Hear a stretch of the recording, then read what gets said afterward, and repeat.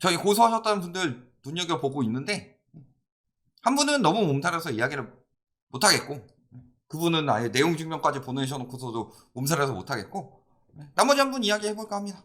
자, 이번에 영상 올렸어요. 뭐라 그래요? 전문가들이 지금 규제 완화했어도 매수자들은 사면 안 되고 팔기에다 팔기. 왜? 규제 완화로 일시적으로 수요가 몰릴 것이기 때문에. 그러면서 추가 하락 근거에 대한 세 가지. 첫 번째, 기준금리 상승에 대한 자산가치 재평가. 그 다음에 부동산 주기론. 그 다음에 통계에 따른 고평가. 요것에 대해서 본인이 다 반박을 하시겠다. 그러면서 이번에는 데드캣 바운스는 아니다. 이번에 상승하게 되면은 데드캣 바운스가 아니라 상승장이 될 것이다. 이렇게 주장을 하시더라고요. 요즘에 아주 상승론자 다 되셨어요. 자, 그러면서 예시를 헬리오시티를 들죠. 16억 7천에 헬리오시티를 사진 않아도 7억 5천에 전세는 살 것이다. 물론 지금 영상 2분 어젠가 올렸을 거예요. 아마 저희 방송 기준으로 영상 올라갈 땐 더 늦게 나오겠죠. 그런데 지금 더 떨어졌어요. 왜 이런 매물들 이야기 안 하고 굳이 좀 비싼 걸로 이야기를 하시느냐. 여기서 더 떨어지게 되면 둔촌중공 같은 경우 굉장히 본인이 이야기했던 거에 어긋나게 되죠. 그래도 적당한 매물로 짚으시는 거 아니냐. 물론 저층이라 빼셨을 수도 있지만. 그런데 3억 5천 정도 자기 자본에 4억 정도 대출을 받았을 때 대출금리 5%면은 이자가 166만 원인데 대출금리 4%면은 133만 원이고 대출금리 3%면은 100만 원이다. 그러면서 이자가 떨어지니까 전세 상승하면서 전세 쪽에 실수요가 유입이 될 것이다. 그런데 잘 생각해보세요. 자, 본인이 방금 예시로 든 헬리오시티 봅시다. 2019년 6월에 헬리오시티의 전세는 5억 2,500입니다. 그리고 현재는 평균 8억 706만 원입니다. 물론 이때 입주가 2018년 2월이었으니까 조금 영향을 받은 부분이 있다고 하더라도 2019년 6월에는 기준금리가 1.75예요. 2023년 1월 지금은 기준금리가 3.25입니다. 무려 1.5%포인트나 높죠. 그런데 왜 전세가가 더 높아요? 반영 제대로 된 거 맞아요? 본인이 기준금리 1.5% 이상이면 전세가격, 1.75% 이상이면 매매가격에 영향을 준다고 그랬는데 지금 3.25죠. 금리 인하를 내년에 한다고 칩시다. 올해는 안 할 것 같죠, 아무리 봐도. 그러니까 그분도 이제 늦어도 내년엔 한다 이런 식으로 말이 슬슬 바뀌고 계신데 그전에는 올해 한다고, 올해 하반기에는 한다고 하셨죠. 지금 3.25, 그 다음에 적어도 3.5까지는 올라가겠죠.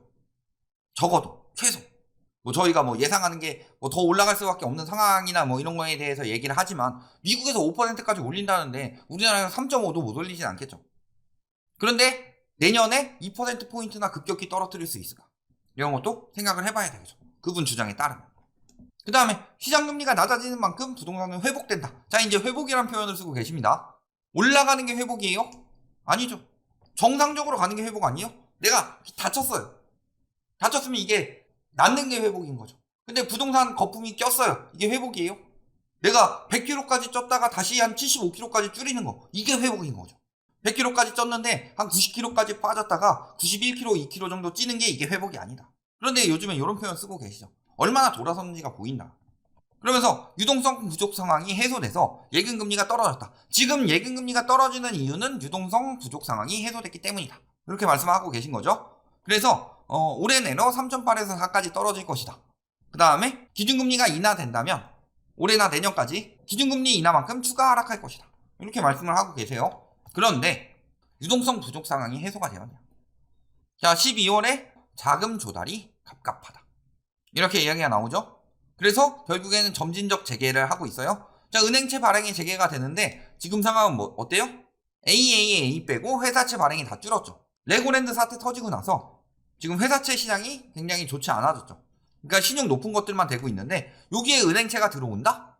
그러면 이제 기업 수요들은 어디로 갈까요? 회사채 발행이 힘들어지는데 팔리지가 않을 텐데 이자가 너무 높을 텐데 그럼 다시 대출 시장으로 흘러 들어오는 거예요. 그런데도 예금금리가 왜 떨어져요? 금리 인상 경쟁 자제 요청, 금융당국에서. 기준금리가 인상했음에도 금리 올리지 마라. 이거 무슨 금리 경쟁 자제냐? 예금금리. 자금 조달 경쟁하지 말아라. 은행에서 왜 자금 조달 경쟁하고 있어요? 자금을 쌓아둬야 되니까. 지금 아직 위기가 끝났다고 생각하죠. 지금 미국에서 금리 인상 속도를 조절한대요. 내년쯤에 금리 인하하지 않을까요? 위기는 끝났어요. 끝나긴 개뿔.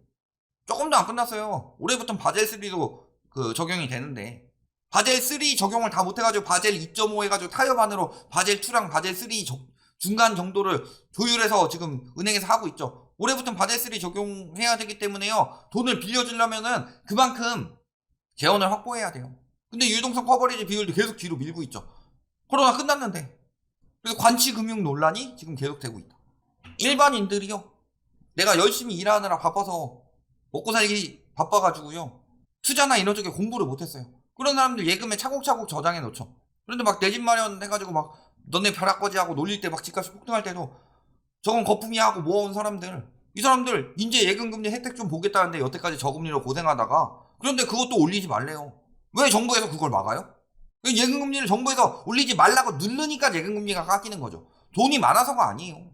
그리고 대출금리까지 손본다. 왜? 예금금리가 올라가게 되면 어떻게 되죠? 자금 조달 비용이 올라가게 되면서 대출금리를 올리게 되죠. 그러니까 요거 지금 막고 있는 거예요. 기준금리 올리는 이유가 뭐예요? 물가 어떻게 잡겠다? 미국은 금리 올려서 유동성 축소해서 잡겠다. 우리나라는 물가 어떻게 잡겠다는 거예요?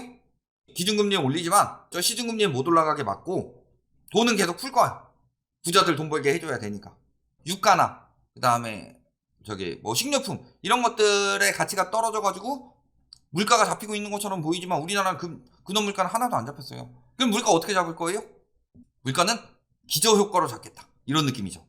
물가를 잡을 그게 전혀 되어 있지 않다.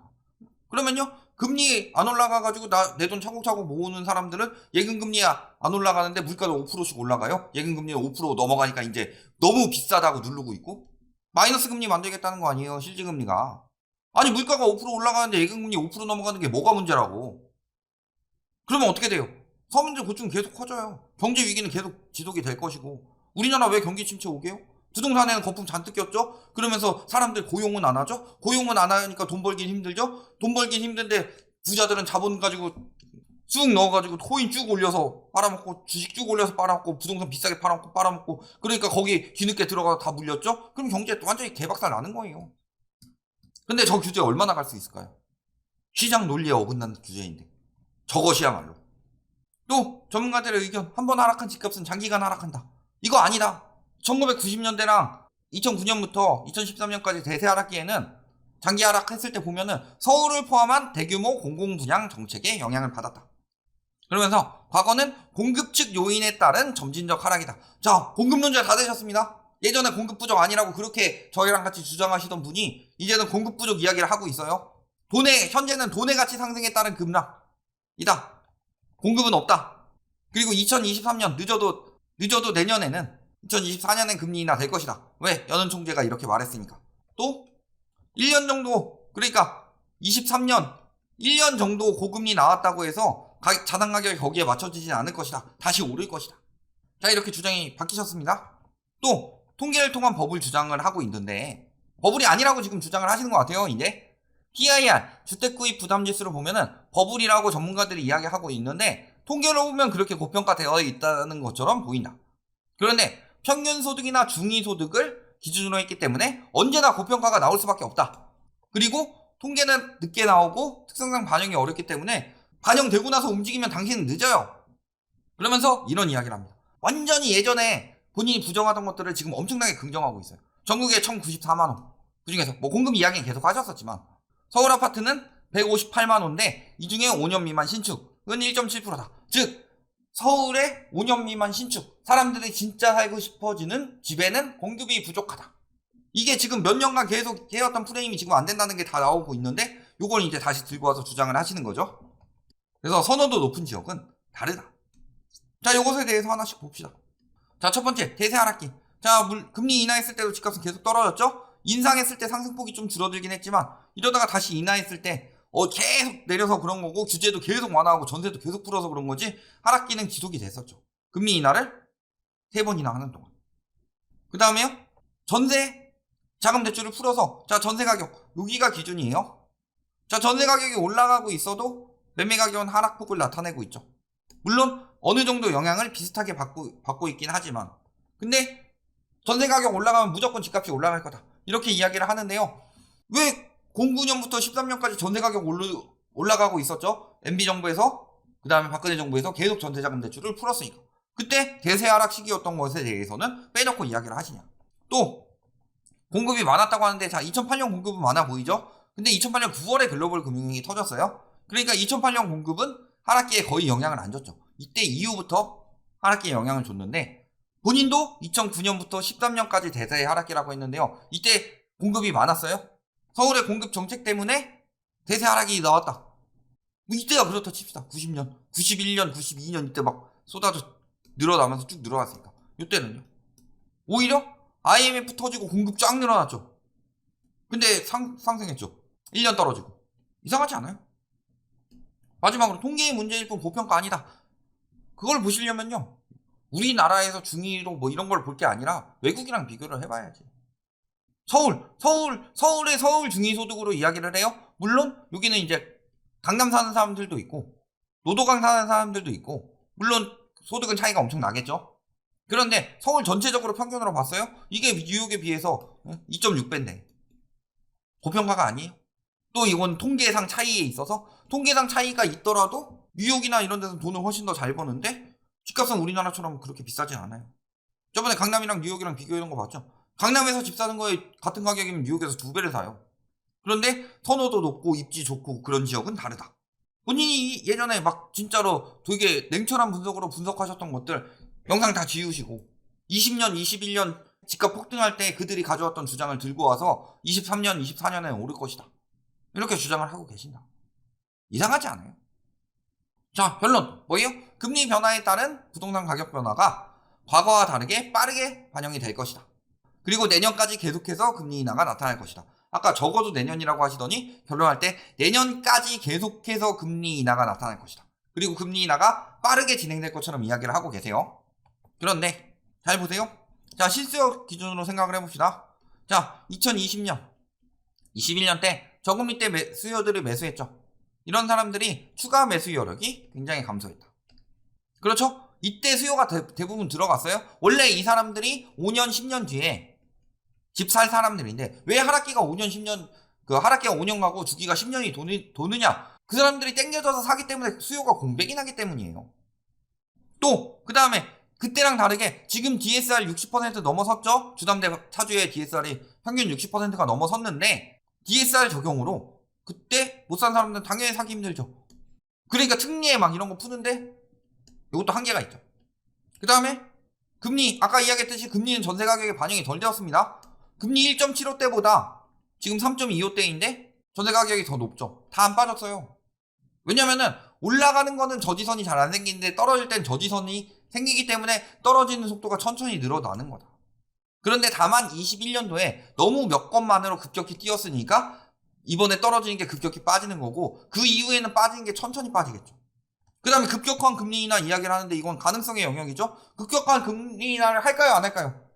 요 부분에서 의견 차이라고 말할 수 있겠지만 금리 인하가 급격하게 될 가능성은 저희는 낮다고 이야기를 하고 있죠. 왜? 현대화폐의 이론으로 금리를 한번 풀어봤는데 코로나 때 이게 문제가 굉장히 크다. 자, 유동성 문제로요. 인플레이션으로 고생을 엄청나게 했어요. 그런데 금리를 또 급격히 낮춘다? 돈을 또 풀고요? 이게 쉽게 일어날 수 있을까요? 자, 이 부분은 의견 차이라고 하더라도 나머지 부분은 어때요? 들어봤을 때 저거 다 20년, 21년에 상승론자들이 이야기하던 부분이다. 그런데 공급 부족이에요? 지금 남아 도는 게 전세죠. 남아 도는 게 월세고 남아 도는 게 이제 미분양이 슬슬 늘어나고 있죠. 투기 수요 싹 빠지니까 상황 다 나타나죠. 그런데 아직도 공급 부족, 특히 사람이 살기 좋은 그것은 말씀드리지만 파이어족 14억이면 파이어족 할 수 있는데 20억 주고 강남 아파트 살 이유가 뭐가 있어요? 지금이야 아직도 한탕주의가 남아있으니까 그렇게 되는데 그거 끝나고 나봐라. 그리고 금리 인하 내년에 한다고 해서요 갑자기 그 본인이 이야기하던 매매가가 꺾이는 1.75%, 전세가가 꺾이는 1.5% 이하로 쭉 급격히 내릴 수 있겠느냐. 우리나라는 미국과 달리 물가도 안 잡히고 경기도 박살 나 있는데 금리만 그렇게 낮춰 있어요? 금리 문제 터졌는데 금리 그렇게 낮추려면요 가계부채 터져야 돼요. 이런 부분 잘 생각해 보시면은 진짜로 상승기 때는 집 사지 말라고 하고 하락기 때는 집 사라고 하고 얼마나 지금 거꾸로 투자하고 계시냐 이런 것들 잘 보고 판단하시기 바랍니다.